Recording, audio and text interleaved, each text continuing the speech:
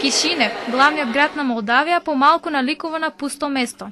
И покрај повремената врева која може да се слушне на улиците. Во парковите во кои има стари и високи дрвја, речи си да нема шетачи. Се чини дека дупките кои се гледаат на сите улици нема кој да ги пополни, освен водата од дождот карактеристичен за овој период од годината. Несомнено, Кишинев и Молдавија се соочуваат со големи економски проблеми. Младиот таксист кој ме превезуваше до хотелот ми вели дека луѓето бегаат одовде. Тука нема живот за нив, вели. Па затоа и тој заминал пред неколку години да живее во Барселона. Таму работел како шминкер, а овде работи како таксист.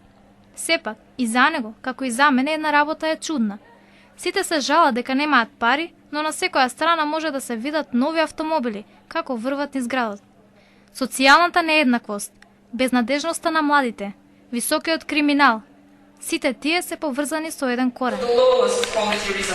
Зинаида Адам, национален советник од областа на образованието во UNDP, програмата на Обединетите нации за развој, вели дека голем дел од проблемите во ова општество се резултат на несоодветното образование.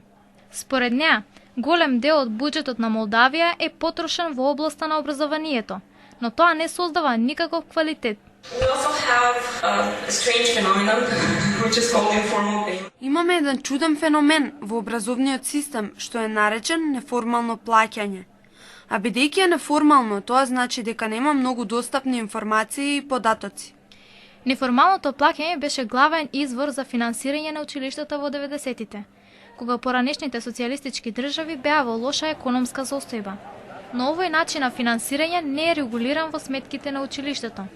Ова значи дека парите што родителите ги даваат може да бидат употребени на пример за посета на музеи, но тие пари може да одат и нелегално на сметката на професорите.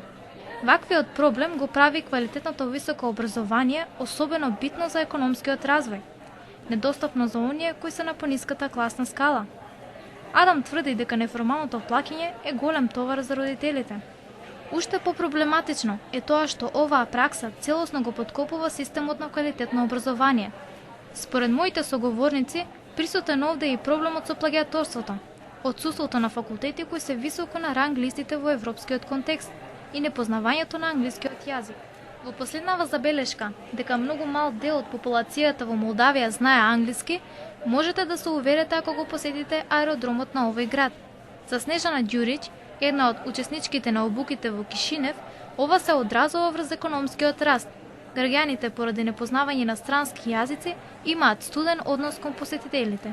С обзиром да сме имали проблема на аеродромот. Со оглед на тоа дека имавме проблеми на аеродромот, мојот прв печаток е дека тие не знаат да зборуваат англиски јазик, што е навистина чудно да се наоѓаш во земја во која да зборуваш англиски и воопшто да знаеш англиски јазик, ништо не значи. Причати енглески и знаати воопшто енглески јазик, ти ништо не значи. Молдавија е земја во која можеби најмногу може да се почувствуваат ефектите од распадот на Советскиот сојуз и транзицијата. Кога би се прошетале низ улиците на Кишинев, што водат кон центарот, ќе видите повеќе згради, распаднати и заборавени од историјата. Дури и во ваков контекст на постојано економско опаѓање, ретко може да се најде напишан збор, критика за проблемите во образованието, иако Молдавија од 1996 година забележува константен пораст на студенти кои што подоцна ја напуштаат земјата.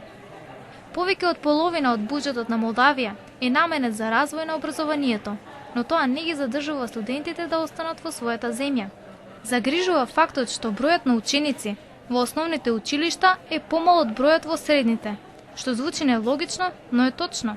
Ова се случува поради тоа што родителите се почесто се принудени да ги отпишуваат децата од училиште. Жувајќи се кон центарот на градот, речиси на секој семафор се забележуваат деца или стари и изнемоштени луѓе кои просат. Таксистот, чие што надеж е да се врати во Барселона, вели дека нив ги имало од секогаш.